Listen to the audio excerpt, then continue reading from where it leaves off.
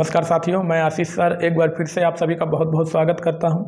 पारिस्थितिकी में पिछले वीडियो के माध्यम से आपने पारिस्थितिकी को जाना, पारिस्थितिकी तंत्र क्या है जाना, पारिस्थितिकी तंत्र के विभिन्न घटक आपने पढ़ लिया। आज आइए हम लोग इसी वीडियो को कंटिन्यू करते हैं। और अगर पिछला वीडियो आपने अध्ययन नहीं किया है तो उसका लिंक मैंने डिस्क्रिप्शन में दे दिया, वहाँ से उसको अध्ययन कर लीजिएगा। आइए जानते हैं सबसे पहले आज कि पारिस्थितिकी पिरामिड क्या है। पारिस्थितिकी पिरामिड। दोस्तों एक चीज़ गौर करिएगा कि अगर आपने पिछला वीडियो नहीं देखा है तो ये थोड़ा सा आपको समझने में दिक्कत हो सकता है। प्लेलिस्ट भी तैयार किया जा चुका है, प्लेलिस्ट में भी मौजूद होगा और लिंक भी मैंने दे दिया है नीचे, तो उसको अवश्य अध्ययन कर लीजिए ताकि ये वीडियो आपको समझ में आए, अन्यथा समझ में नहीं आएगा अगर आपने पहले से पढ़ के नहीं रखा हुआ है तो आइए चर्चा करते हैं पारिस्थितिकी पिरामिड का संरचना किसने दिया। दोस्तों एक वैज्ञानिक थे जिनका नाम था चार्ल्स एल्टन। चार्ल्स एल्टन ने 1927 में पारिस्थितिकी तंत्र को मजबूत करने के लिए कि पृथ्वी पर जीवन किस प्रकार से संभव बनाया जा सकता है, एक पिरामिड की संरचना की। इसी पिरामिड को आज पारिस्थितिकी तंत्र के रूप में पारिस्थितिकी पिरामिड के रूप में जाना जाता है। पारिस्थितिकी पिरामिड वास्तव में बनता क्या है देखिएगा। सबसे पहले उत्पादक यानी कि पौधे होने चाहिए। पौधों के बाद आप देखोगे तो प्राथमिक उपभोक्ता यानी कि शाकाहारी जीव ले लीजिए आप। चलो मैंने यहाँ पे एग्जाम्पल भी लिख दिया, कोई बकरी, ठीक। अब ध्यान दीजिएगा, प्राथमिक उपभोक्ता के बाद द्वितीयक उपभोक्ता, और द्वितीयक उपभोक्ता में हम मनुष्य लोग आते हैं ज़्यादातर, तो हम मनुष्य यहाँ पे लिख देते हैं, यानी सर्वाहारी। यानी एक एग्जाम्पल लिख लीजिए यहाँ पे, कोई भी एग्जाम्पल, एक मनुष्य, कुत्ता, बिल्ली, कुछ भी लिख दीजिए, क्या फर्क पड़ता है। उसके बाद हम यहाँ पे बना देते हैं तृतीयक उपभोक्ता। तृतीयक उपभोक्ता टर्शियरी कंज्यूमर, जिसको हम लोग मांसाहारी बोलते हैं, मांसाहारी। यहाँ पे हम एग्जाम्पल में ले लेते हैं एक शेर को, और उसके बाद हम ले लेते हैं अपघटक, डीकम्पोजर, ठीक है। इसको हम लोग कहते हैं सफाई कर्मचारी। पिछले वीडियो में मैंने बताया क्यों कहते हैं सफाई कर्मचारी। इसमें हम लोग एक जीवाणु या किसी भी कवक वगैरह को ले सकते हैं, चील ले सकते हैं, गिद्ध ले सकते हैं। तो अब यहाँ पे समझते रहिएगा, एक पिरामिड के रूप में संरचना बनी। अच्छा, बहुत सारे किताबों में इसको इस तरह से भी बना दिया गया है, तो आप इस तरह से भी बना सकते हैं, कोई फर्क नहीं पड़ता है। यहाँ पे आप उत्पादक लिख लो, पेड़ पौधे लिख लो, दूसरे वाले को बना करके यहाँ पे आप शाकाहारी वाला लिख दो, तीसरा वाला बना करके यहाँ पे आप सर्वाहारी लिख दो, चौथा वाला बना करके यहाँ पे आप मांसाहारी लिख दो, और पांचवें वाले में जीवाणु वगैरह को डाल दो। तो इस तरह से भी बनाओ या इस तरह से भी बनाओ, कोई फर्क नहीं पड़ता है। पिरामिडी संरचना बनाई क्यों जाती है कि ये पिरामिड सीधा बनना अनिवार्य है। अगर ये पिरामिड सीधा नहीं बना तो प्रकृति में जो जीवन है वो संकट में आ जाएगा। कैसे आएगा देखिए, अगर मान लो प्राथमिक उपभोक्ताओं की संख्या बढ़ जाए, उत्पादकों की संख्या कम हो जाए, तो उत्पादक हमेशा नीचे होना चाहिए। इन्होंने क्या कहा, चार्ल्स एल्टन साहब ने, कि प्रकृति में पारिस्थितिकी तंत्र को मजबूत बनाने के लिए पारिस्थितिकी तंत्र का सीधा होना अनिवार्य है, जिसमें सदैव, बात यहाँ पे नोट कर लीजिएगा, जिसमें सदैव उत्पादकों की संख्या सर्वाधिक होनी चाहिए, अपघटकों की संख्या सबसे कम होनी चाहिए। जितने उपभोक्ता हैं इसमें तृतीयक उपभोक्ता की संख्या सबसे कम होनी चाहिए। अब भाई सोचो कि अगर तृतीयक उपभोक्ता की संख्या प्राथमिक और द्वितीयक से अधिक हो जाए तो शेर बाघ जब बढ़ेंगे तो क्या होगा, इनको छोड़ेंगे क्या, मनुष्य बकरी वगैरह को नहीं छोड़ेंगे। यानी ये पारिस्थितिकी तंत्र का जो पिरामिड बना हुआ है पूरा का पूरा डिसबैलेंस हो जाएगा। इस अवस्था में जीवन ही धीरे धीरे पृथ्वी से समाप्त होने लगेगा। तो इस चीज को आप समझिएगा। यहाँ पे आपको नोट क्या करना है कि पारिस्थितिकी तंत्र को मजबूत बनाने के लिए चार्ल्स एल्टन ने 1927 में पारिस्थितिकी पिरामिड की संरचना प्रस्तुत की, जिसके अनुसार पारिस्थितिकी पिरामिड में उत्पादकों की संख्या सर्वाधिक होनी चाहिए और अपघटकों की संख्या यानी सफाई कर्मचारियों की संख्या सबसे कम होनी चाहिए। उपभोक्ताओं में तृतीयक उपभोक्ताओं की संख्या सबसे कम जबकि प्राथमिक उपभोक्ताओं की संख्या सर्वाधिक होनी चाहिए। अगर ऐसा है तभी पारिस्थितिकी तंत्र सही से काम करेगा, जीवन बना रहेगा। तो दोस्तों इसको अपनी भाषा में नोट कर लीजिएगा यहां से सुन करके। अब देखिए पारिस्थितिकी पिरामिड के अंतर्गत एक और वैज्ञानिक है जिनका नाम था लिंडमान। लिंडमान ने ऊर्जा का पिरामिड या ऊर्जा के संख्या का पिरामिड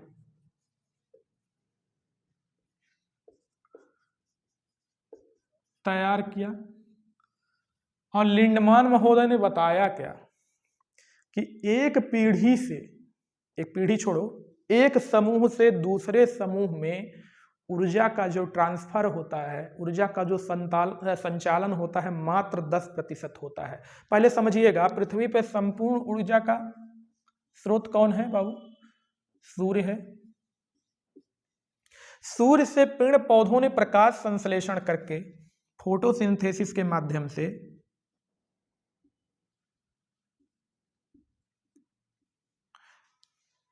अपना भोजन बनाया, ऊर्जा प्राप्त किया।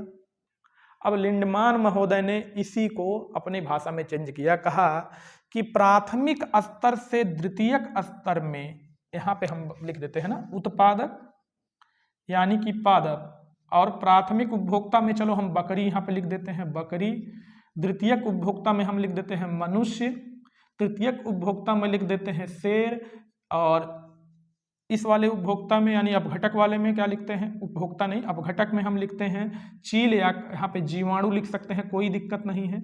अब ध्यान दीजिएगा कि उत्पादक यानी अगर पौधे हैं बाबू, अगर पौधे हैं तो सूर्य के द्वारा ये जो 100% ऊर्जा प्राप्त करेंगे।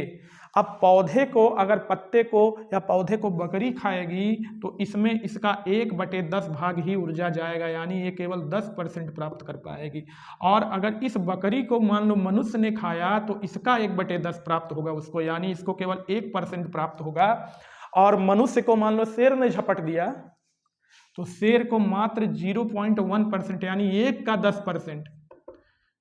10% यानी 1/10 प्राप्त होगा, तो 0.1% हो जाएगा। और शेर मर गया, इसको जीवाणु ने खाया, कीड़ों ने खाया, तो उन कीड़ों या जीवाणुओं को उसका 10% यानी 0.1 का 1/10 प्राप्त होगा। यानी लिंडमान साहब ने क्या कहा कि ऊर्जा एक स्तर से दूसरे स्तर में 1/10 भाग ही संचालित होती है। और ऊर्जा के इस सिद्धांत को जब एक पिरामिड के रूप में लिंडमान ने व्यक्त किया तो इसको ऊर्जा के संख्या का पिरामिड कहा गया। तो इस चीज को आप समझिएगा, लिंडमान का एक ऊर्जा के संख्या का पिरामिड तैयार किया गया और एक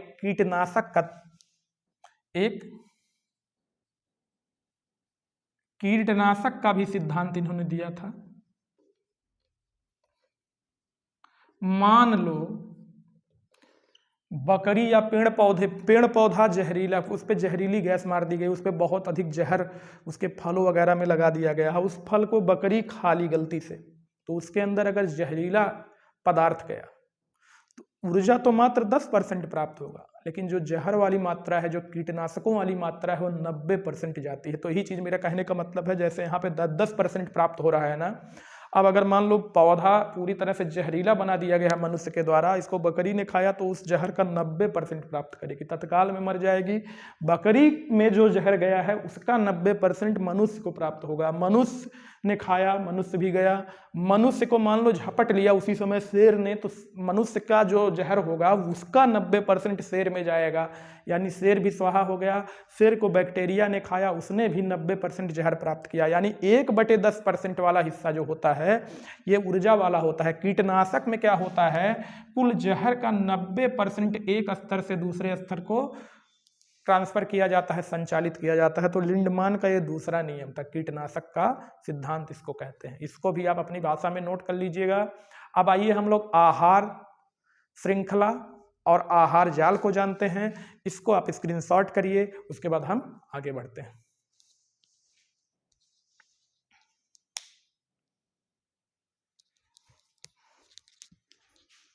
आइए दोस्तों, हम लोग जानते हैं आहार श्रृंखला क्या है। आहार श्रृंखला या भोज्य श्रृंखला या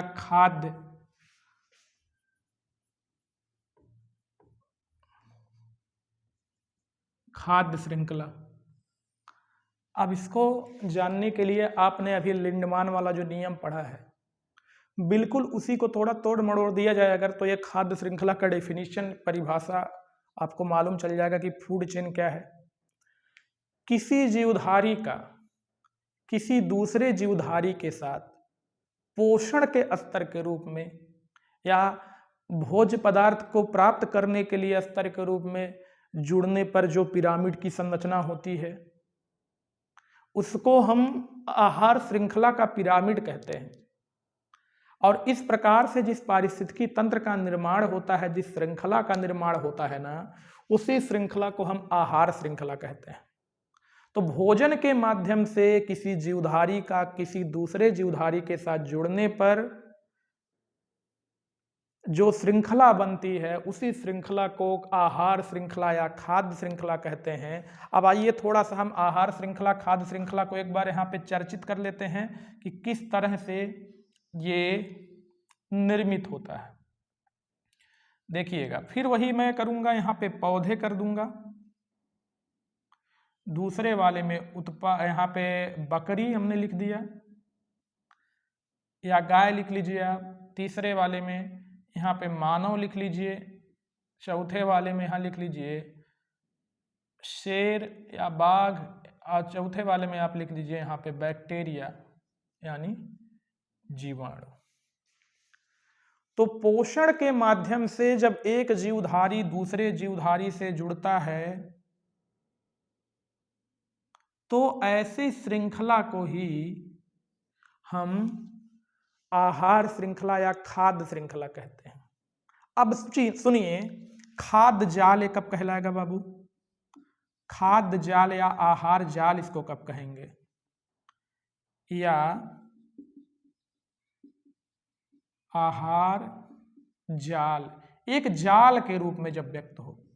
बाबू आपने पढ़ा है कि जो पेड़ पौधे होते हैं, संपूर्ण पेड़ पौधे प्रकाश संश्लेषण की सहायता से अपना भोजन प्राप्त करते हैं। तो प्रकाश संश्लेषण की, अभी थोड़ी देर पहले इसको मैंने बताया आपको, प्रकाश संश्लेषण से इन्होंने अपना भोजन बनाया और इसको प्राप्त किया। बकरी ने बकरी को खाया, मानव ने मानव को खाया, शेर ने शेर मर गए तो उनको जीवाणु स्वाहा कर गए, सपरचट्ट कर गए। जीवाणु भी खत्म हो जाते हैं, इनका जीवन काल बहुत ज्यादा तो होता नहीं है।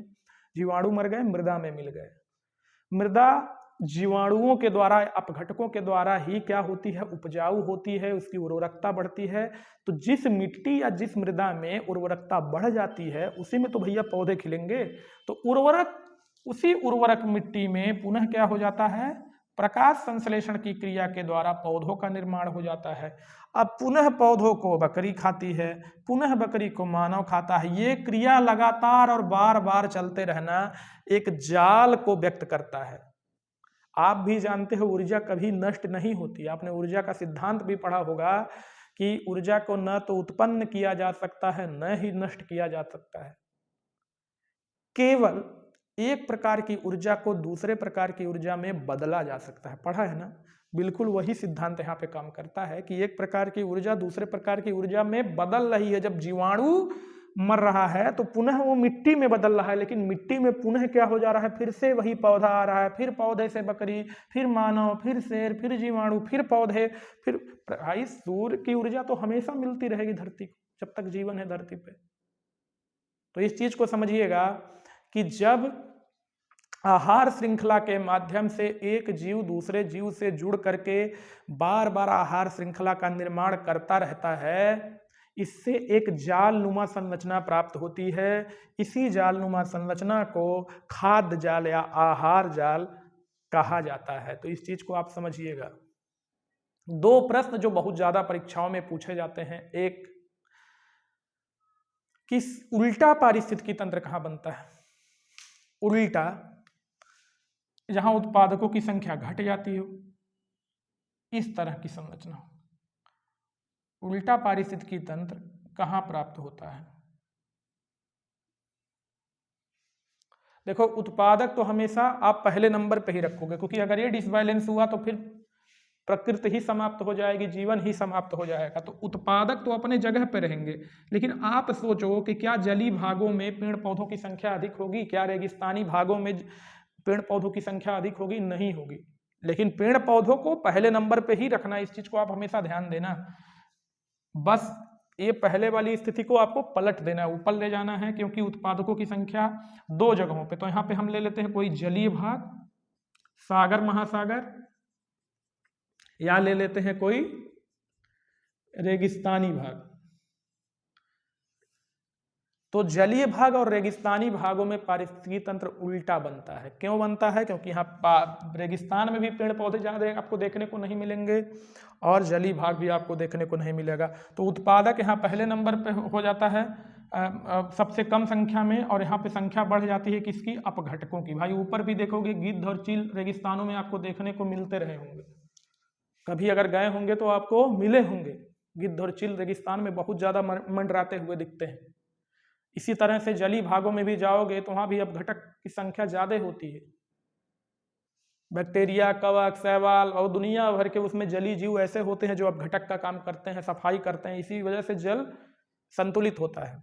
और बाकी वैसे ही आप रख देंगे उपभोक्ताओं के, प्राथमिक, द्वितीयक, तृतीयक। तो मेरा समझाने का अर्थ ये था कि उल्टा पारिस्थितिकी तंत्र कहाँ बनता है, प्रश्न दे तो हमेशा याद रखिएगा रेगिस्तान और जलीय भाग यानी सागर महासागर में उल्टा पारिस्थितिकी पिरामिड बनता है। तो आशा करता हूं दोस्तों पूरा का पूरा चैप्टर आपको समझ में आया होगा। पिछला चैप्टर और ये चैप्टर मिला करके आपने पढ़ लिया तो पारिस्थितिकी तंत्र या पारिस्थितिकी वाले चैप्टर से जहां से भी प्रश्न आएगा बहुत आसानी से आप टेकल कर ले जाएंगे। इसके अतिरिक्त पारिस्थितिकी तंत्र के अंतर्गत कुछ और प्रश्न पूछे जाते हैं कि दुनिया का सबसे स्थिर पारिस्थितिकी तंत्र कौन है, तो हमेशा सागर बोलिएगा। दुनिया का सबसे बड़ा पारिस्थितिकी तंत्र कौन है, तो आप दुनिया का सबसे बड़ा भी सागर या महासागर को बोलिएगा। दुनिया का सबसे छोटा पारिस्थितिकी तंत्र पूछा जाए अगर आपसे, तो मिट्टी के एक कण से लेकर के जल के एक बूंद तक सबसे छोटा पारिस्थितिकी तंत्र हो सकता है। सबसे छोटा मानव निर्मित पारिस्थितिकी तंत्र, तो ये मानव के क्रियाविधि पर निर्मित करता है कि मानव कौन से सबसे छोटी संरचना का निर्माण कर रहा है जिसमें विभिन्न प्रकार के जीव जंतु पल सकते हो, चाहे एक कोष की हो चाहे बहुकोष की हो। इसमें आप कृषि को भी शामिल कर सकते हो, लेकिन सबकी कृषि अलग अलग होती है। हो सकता है आपके घर खेती अधिक की जाती हो, मेरे घर एक ही बीघे में खेती हो, तो ये हमारे ऊपर डिपेंड करता है। यहाँ पे सही उत्तर क्या होगा, मानव निर्मित सबसे छोटी पारिस्थितिकी तंत्र तो मानव की क्रियाविधि पर निर्मित करती है।